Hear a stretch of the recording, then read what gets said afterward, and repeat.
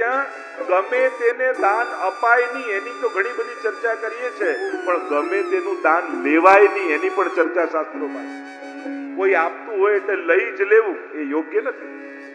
એટલે જ આપણે ત્યાં વૈષ્ણવમાં તો કેટલું વિવેક રાખ્યું કે ના અમે કોઈ લેતા નથી, અમે આનું ગ્રહણ કરતા નથી, અમે આવું કેમ કહેવામાં? શાસ્ત્રોમાં કોનું લેવું એનો પણ પ્રકાર છે. ગમે તેનું લો ને તો એના ઋણમાં તમે આવો છો. એટલે આ એક વિવેક છે આપણે ત્યાં કે કોનું ગ્રહણ. આપણે તો હંમેશા જ વિચારી કોને આપવું એ પાત્ર જ ગોતતા હોય, પણ શાસ્ત્ર એ પણ સમજાવે છે કે કોનું લેવું. ગમે તેનું લેવાય પણ નહીં. વસ્તુ જોઈને લલચાઈ નહીં જવું, પણ એ વસ્તુ કેટલી ભારે પડશે, એ પચાવી કેટલી કઠિન પડશે એ તો આપણને કલ્પના થતી નથી. એ પણ એક ઋણ માનવામાં આવે છે. એટલે વિવેક રાખો, ગમે તેનું ગ્રહણ પણ ન કરાય. ઘણી વાર વૈષ્ણવ ના પાડે ને એટલે લોકો એમ કે આ વૈષ્ણવ કોઈનું લેતા નથી, આમ કરતા નથી. પણ શાસ્ત્ર એની ફોલો કરીએ છીએ. ક્યારે હરિનું ભજન કર્યું ના હોય, ક્યારે સેવા ન કરી હોય, ક્યારે માળા ન કરી હોય, ક્યારે જારી ન ભરી હોય, એ હાથને તો મળદાના હાથ ગયા છે. અને મળદાના હાથમાં મૂકેલું કેમ લેવાય? એટલે શાસ્ત્રો જેણે ક્યારે ભક્તિ ન કરી હોય ને એના હાથનું લેવાની ના પાડે. એટલે પુણ્યો પણ એમને થતા નથી. માનો કે તમને ઈચ્છા થાય ત્યારે કરી દઈશું. શાસ્ત્રો તો લેવાની ના પડે, ગમે તેનું લેતા નહીં. આ ક્યારે ભક્તિ કરતો નથી, દાન કરતો નથી, સેવા કરતો નથી, સત્કર્મ કરતો નથી, એના હાથનું દાન એ ના લેતા. આ બધા શાસ્ત્રોના વિધાન. ત્યારે મહાપ્રભુજીને આવીને પૂછ્યું કે આ શું થયું, અમને ખબર ન પડી. સેવકોએ પૂછ્યું, રાજાએ પૂછ્યું કે પેલા એક આંગળી કરી, તમે 3 કરીને પેલા દંડવત કર્યા. ત્યારે મહાપ્રભુજી સમજાવ્યું કાળ છે ને એ બ્રાહ્મણ છે, અને એને કહ્યું કે હું એક સમયે સંધ્યાવંદન કરું છું ને ગાયત્રીનું અનુષ્ઠાન કરું છું. મહાપ્રભુજી કહ્યું મેં 3 આંગળી બતાવીને કહ્યું તું એક વાર કરે છે, અમે ત્રિકાલ કરીએ છીએ. અને મને સાષ્ટાંગ દંડવત કરી ગયો કે જે ત્રિકાલ સંધ્યા કરીને આ રીતે ઉપાસના કરતા હોય, સાક્ષાત પ્રભુની સેવા કરતા હોય, એની આગળ મારું કંઈ જોર ચાલતું નથી. અને આમ મહાપ્રભુજીએ એને મુક્ત કરાવ્યો, રોગમાંથી બચાવ્યો. ભાગવતજીનું અહીંયા પારાયણ કર્યું છે. એવી કથા અહીંયા વર્ણન કરવામાં આવી. 3 દિવસ ગાયત્રીના જાપ કર્યા છે. આ સ્થાન પર બિરાજતા મહાપ્રભુજીને વંદન કરીએ. આગળ 45માં બેઠકજી શ્રી કૃષ્ણા નદી પરના બેઠકજી. મહાપ્રભુજી કૃષ્ણા નદીના કિનારે બિરાજ્યા છે. પીપળના વૃક્ષ નીચે મહાપ્રભુજી બિરાજ્યા છે. જો આપણે ત્યાં અનેક વૃક્ષોની વાત આવે. વડનું વૃક્ષ આવે, છોકરનું વૃક્ષ આવે, પીપળનું વૃક્ષ આવે. ઉજ્જૈનની પણ કથા આવશે તો પીપળનું પત્તું આવ્યું, મહાપ્રભુજી વાવ્યું. કહ્યું કે અહીંયા તો કોઈ વૃક્ષ નથી, તો અમે બિરાજીશું ક્યાં? તો પીપળનું પત્તું આવ્યું ને બીજા દિવસે ઘટાદાર વૃક્ષ થઈ ગયું. અને ગીતાજીમાં પણ ભગવાન ઊર્ધ્વમૂલ મદશાખમ અશ્વત્થમ પ્રાહુરવ્યમ છંદાંસી યસ્ય પર્ણાની યસ્તમ વેદ સવેદવિદ. ગીતાજીમાં પણ જે આખું વર્ણન છે, અથવા વિભૂતિ યોગમાં પણ ભગવાન કહે છે. તો ઘણી બધી ચર્ચાઓ, વૃક્ષ માટે પણ વિશેષ ચર્ચાઓ છે. કયા કયા વૃક્ષો ભગવદ રૂપ કહેવાય છે એની પણ ચર્ચાઓ આપણે ત્યાં માનવામાં આવે છે, અને એના પણ પ્રભાવ માનવામાં આવે છે. મહાપ્રભુજી પીપળના વૃક્ષ નીચે બિરાજમાન થયા. ભાગવતજીનું પારાયણ કર્યું છે. બિરાજમાન મહાપ્રભુજીને વંદન કરીએ. બોલો વલ્લભાધીશ કી. 46માં બેઠકજી પંપા સરોવરના બેઠકજી. મહાપ્રભુજી પધાર્યા છે પંપા સરોવર. હમ્પી આજે પણ હમ્પી છે, અને બહુ હવે તો આખું બહુ જ સુંદર સ્થાન છે હમ્પીમાં. એ પંપા સરોવર ત્યાં છે, અને રામાયણ સમયનો એ સ્થાન છે. જે જૂના સમયમાં કિષ્કિંધા જેને કહેતા, રામાયણમાં કિષ્કિંધા જે નગરી કહેવામાં આવી છે, એ નગરી અહીંયા છે, જે હવે હમ્પી તરીકે ઓળખાય છે. અને યુનેસ્કોની સાઇટ છે. અત્યારે તો ખૂબ ટુરિઝમનું બહુ મોટું સ્થાન છે. અને કિષ્કિંધા નગરીમાં મહાપ્રભુજી પધાર્યા છે. પંપા સરોવર પાસે વડના વૃક્ષ નીચે મહાપ્રભુજી મુકામ કરી ભાગવતજીનું પારાયણ કર્યું છે. જ્યાં ઠાકોરજીની સેવાનો સમય આવ્યો, કૃષ્ણદાસ મેઘનને કહ્યું કે ખાખરાના વૃક્ષોના પત્તાઓ લઈ આવો તો દૂનાથી બનાવી ઠાકોરજીને ભોગ ધરાય. અને કૃષ્ણદાસ મેઘન ગયા છે ગોતવા માટે, ને ક્યાંય દૂર ગયા ત્યાં એક બહુ વિશાળ પક્ષી દેખાયું, અને બહુ પ્રાચીન પક્ષી હોય એવું દેખાયું, અને બહુ દુઃખી હતું. વૃદ્ધા અવસ્થામાં હેરાન થતું હતું. કહ્યું કૃષ્ણદાસ મેઘનને, મહાપ્રભુજી પધાર્યા છે તો એમને વિનંતી કરજો કે મારો ઉદ્ધાર કરે. હું અતિ પ્રાચીન સમયથી અહીંયા છું. આવીને મહાપ્રભુજીને વાત કરી કે આવું કોઈ પ્રાચીન પક્ષી દેખાય, એ કોણ હતું?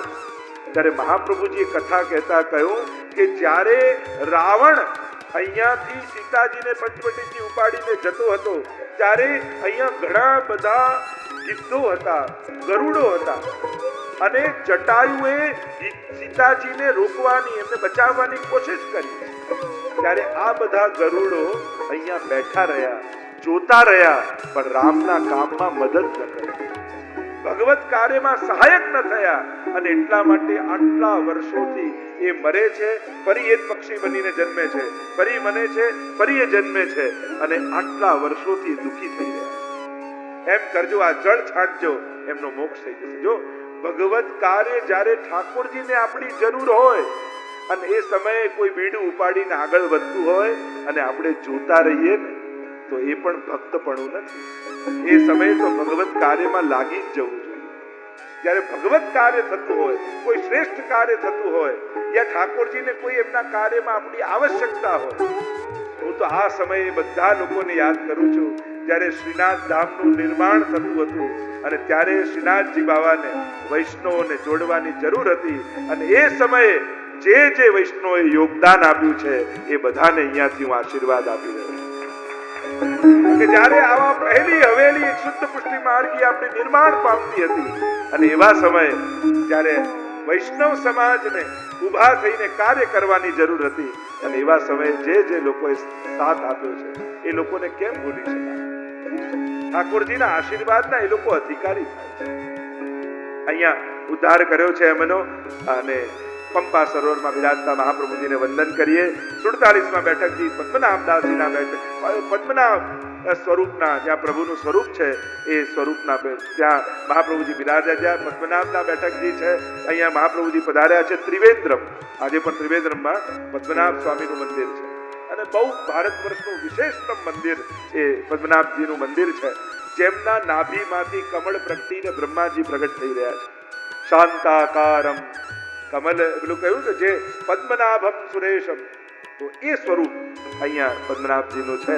અને અહીંયા મંદિરમાં શેષ શૈયા ઉપર પડેલા છે પરમાત્મા. મહાપ્રભુજી ત્યાં પધાર્યા છે, નાભીમાંથી બ્રહ્માજીનું પ્રાગટ્ય છે.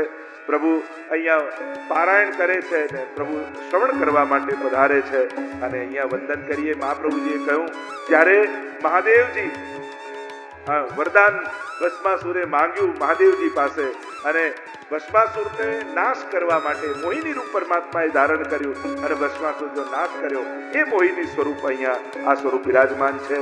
ત્યાં બિરાજતા મહાપ્રભુજીને વંદન કરીએ. બોલો વલ્લભાધીશ. 48માં બેઠકજી જનાર્દન ક્ષેત્રના મહાપ્રભુજી અહીંયા પધાર્યા છે. કુંડની પાસે છોકરના વૃક્ષ નીચે આ જનાર્દન સ્થાનમાં બિરાજમાન થઈ અને મહાપ્રભુજી ભાગવતજીનું પારાયણ કર્યું છે. ઠાકોરજી પોતે પધાર્યા, વિનંતી આજ્ઞા કરી કે આપ મંદિરમાં પધારો, અને મંદિરમાં આવીને ઠાકોરજીના સુંદર વસ્ત્ર શૃંગાર ધરાવ્યા છે જનાર્દન ભગવાનને. અહીંયા પ્રભુને વંદન કરીએ. બોલો શ્રી વલ્લભાધીશ. 49મી બેઠકજી એ વિદ્યાનગરના બેઠકજી છે, વિજયનગરના બેઠકજી છે, અને આનું અદ્ભુત વર્ણન એ મૂળ પુરુષમાં અને વલ્લભાખ્યાનમાં ગોપાલદાસજીએ પણ કર્યું છે.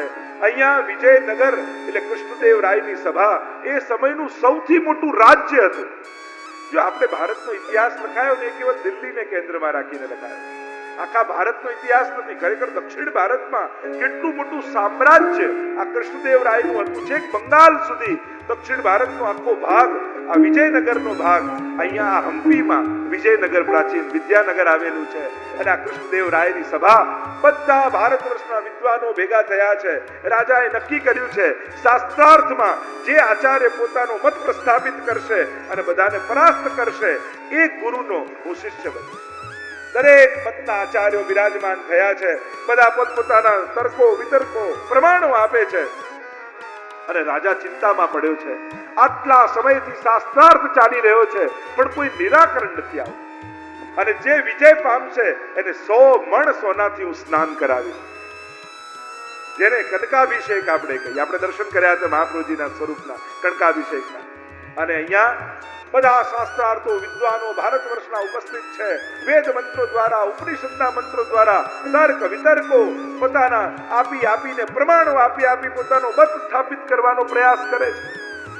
અને મહાપ્રભુજી વિદ્યાનગરમાં પધાર્યા. 11 વર્ષની આયુ છે.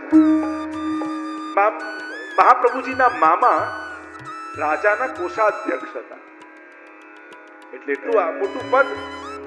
અને મહાપ્રભુજી પધાર્યા, પણ મામાના ઘરે ન રોકાયા. ગામની બહાર સરોવરના કિનારે વૃક્ષ નીચે બિરાજ્યા. મામાએ કહ્યું મારે ત્યાં રોકાવ. મહાપ્રભુજીને થયું જેના હૃદયમાં ભક્તિ નથી એને ત્યાં વ્યવહાર પણ મારો નથી. અને જ્યારે આવા શબ્દો સાંભળ્યા ત્યારે મામા એટલા નારાજ થયા કે દ્વારપાલોને કહી રાખ્યું કે જો આચાર્ય વલ્લભ અહીંયા પધારે તો એમને અંદર પ્રવેશવા ન દેતા. અને દુર્ગતિ સકળ નિવારી પ્રગટ્યા શ્રી વ્રજપતિ રાસ વિહારી. જેની જેની દુર્ગતિ થઈ છે, આપણે ત્યાં તો એમ કહેવાય ભાગવત કથા આદિનો પ્રસંગ કહેવામાં આવે, પણ એકવાર શ્રી વલ્લભના નામનો ઉચ્ચાર પણ જીવ કરી લે તો પણ એની દુર્ગતિ ટળી જતી હોય. એવા પ્રમાણો આપણને મળે છે. આગળ 58માં બેઠકજી એ પિંડ તારકના છે. મહાપ્રભુજી અહીં પધાર્યા છે. પિંડ તારકમાં તીર્થ ક્ષેત્ર છે. છોકરના વૃક્ષ નીચે વિરાજમાન થયા. અને અહીંયા કહ્યું કે દમલાજીએ પૂછ્યું કે આ મહાત્મ્ય શું છે આ સ્થાનનું? તો કહ્યું પ્રભુએ અહીંયા જ દ્વારકા નગરી વસાવવાની આજ્ઞા કરી હતી. બધા તીર્થો અહીંયા આવ્યા હતા અને નિવાસ કર્યા હતા. એ પિંડ તારક ક્ષેત્ર છે, ત્યાં મહાપ્રભુજી વિરાજે છે. એમને વંદન કરીએ. 59માં બેઠકજી મૂળ ગોમતા. પૂછ્યું દમલાજીએ કે આનું નામ મૂળ ગોમતી કેમ પડ્યું? તો કહ્યું કે જ્યારે પ્રભુ પોતે પધારે ત્યારે બધા જ પોતપોતાના મૂળ સ્વરૂપે પધારતા હોય છે.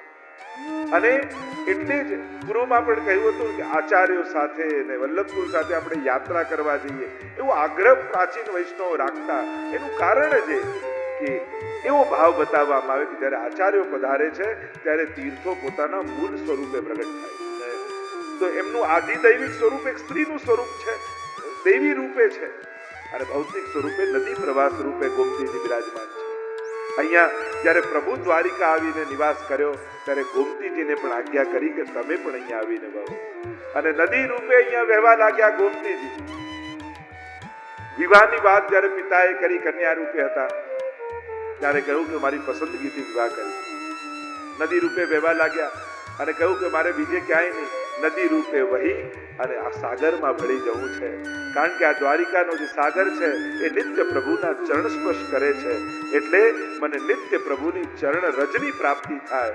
એટલે ગોમતીજી અહીંયા મૂળ નદી રૂપે વહેવા લાગ્યા, એટલે આને મૂળ ગોમતી કહેવામાં આવે. અપભ્રંશ રૂપે મૂળ ગોમતા રૂપે પણ લોકો એને ઓળખતા હોય છે, પણ એટલે આનું નામ મૂળ ગોમતા પડ્યું છે. એ મહાપ્રભુજીએ મહાત્માને સમજાવ્યું છે. અને અહીંયા ભાગવતજીની પારાયણ મહાપ્રભુજીએ 7 દિવસ બિરાજીને કર્યા.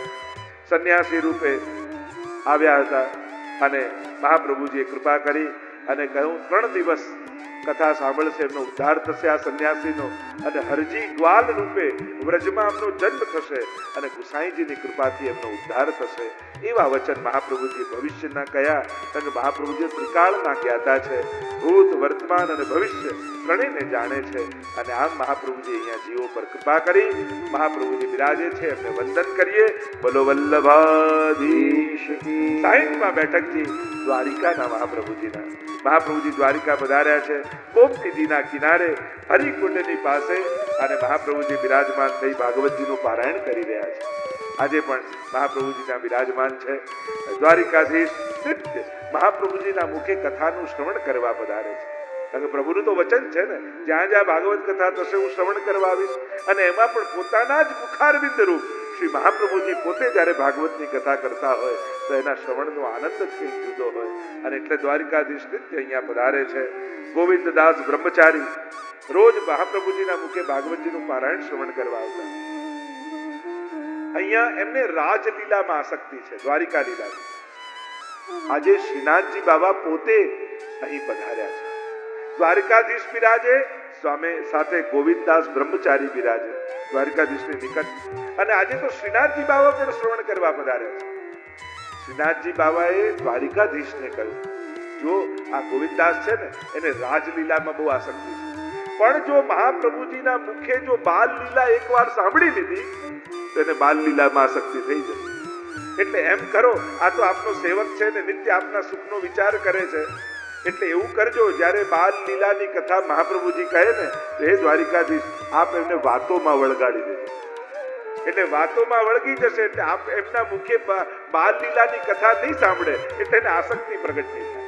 એટલે જ્યાં મહાપ્રભુજી દશમસ્કંદની કથા કહેવા લાગ્યા, કાંઈ ને કંઈ વાત કાઢીને દ્વારકાધીશ એમને વાતો કરાવવા લાગ્યા. અને મહાપ્રભુજીએ જોયું કે આ ગોવિંદદાસ કથા હું કરી રહ્યો છું, વાત કરી રહ્યો છે, ત્યાં મહાપ્રભુજી પોથીથી બંધ કરી. કારણ જ્યારે કોઈ ગ્રંથની, ભાગવતની, ભગવાનની કથા થતી હોય અને ભગવાનના વચનો તમને સંભળાવતા હો અને ત્યારે જો તમે ધ્યાન ન આપો તો ભગવાનનું અપમાન કર્યું કહેવાય. જેમ કોઈ વડીલ યા મોટા વ્યક્તિ તમને કોઈ વાત કહેતા હોય ને તમે એટેન્શન ના આપો તો ઇન્સલ્ટ કર્યું કહેવાય. એને સાંભળવા જોઈએ, આપણી ચેતના ત્યાં હોવી જોઈએ. એમ કથા પણ ભગવાનના વચનો છે અને એ વચન જ્યારે કહેવાતા હોય અને આપણે ત્યાં ધ્યાન ન આપીએ તેનું અપમાન કહેવાય. અને મહાપ્રભુજીને થયું કે જો ઠાકોરજીનું અપમાન આ રીતે થતું હોય પોથી બંધ કર્યું. અને મહાપ્રભુજી થોડા નારાજ થયા, કથા કહેવાનું વિનંતી બહુ કરી પણ ન કહી.